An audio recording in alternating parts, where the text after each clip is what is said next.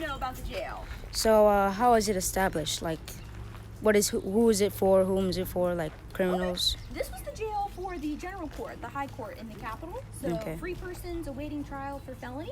Enslaved people would be tried at the local county courts.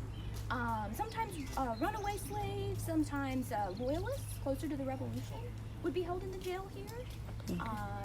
Occasionally debtors, but not so much by the 1770s. They're not imprisoning for debt as much. So this is partly the original jail, built about 1704 when they were constructing the original Capitol building. So the two cells on the right-hand side when you enter the yard will be the original jail cells, and this house part was for the jailer and his family to live. So Peter Pelham was the jailer in the 1770s. He was also the organist down at Bruton Parish Church, so he kind of had two jobs, and his wife and children lived here helping him run the jail. And the jailer's job was to make sure that the persons kept here were in good health, fed, taken care of, so that they could have their day in court.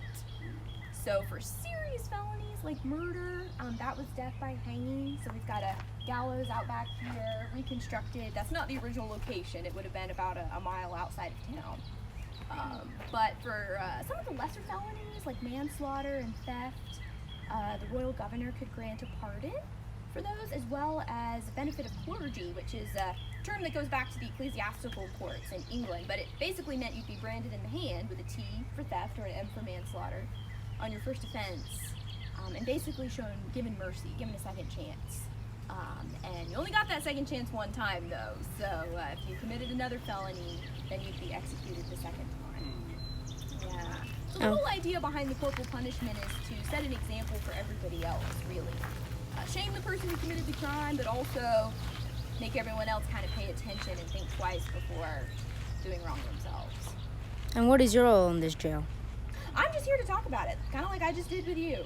So tell you about who's here, what's going on, that it's original, the jailer and his family, answer any questions you might have about the Capitol, because the Capitol in the 18th century had the High Court, also the legislature, so the upper and lower houses of the Virginia General Assembly, the royal governor and his council.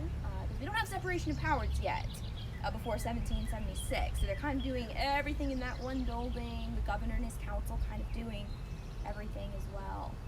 So yeah, the jail was holding persons for that high court from all over Virginia, potentially. Okay. Yeah. So, any questions? And when was the jail built? It was started about 1703, 04.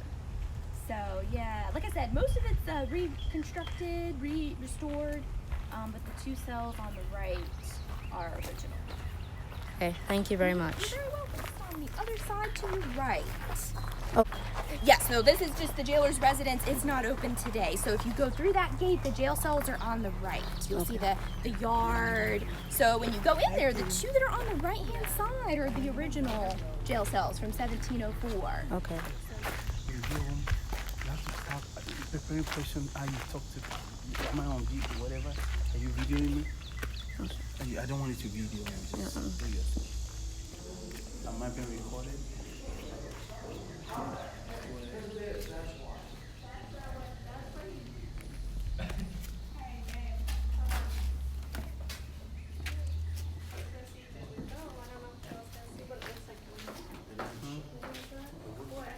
No, it's locked. Yeah, but do you want me to lock you in?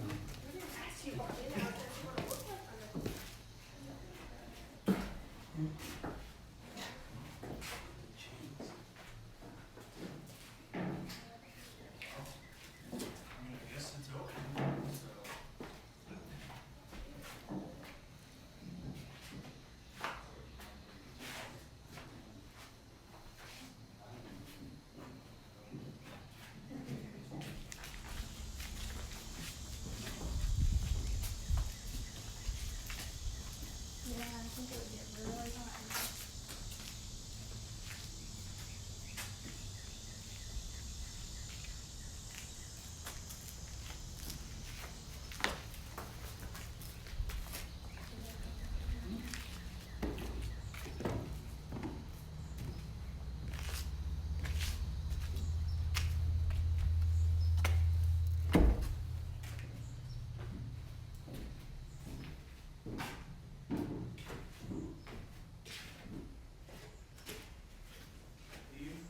Were these prisoners kept in? Usually just a few months, 2 to 3 months, because you're gonna have your trial. The court met every few months, so 4 times a year, yeah.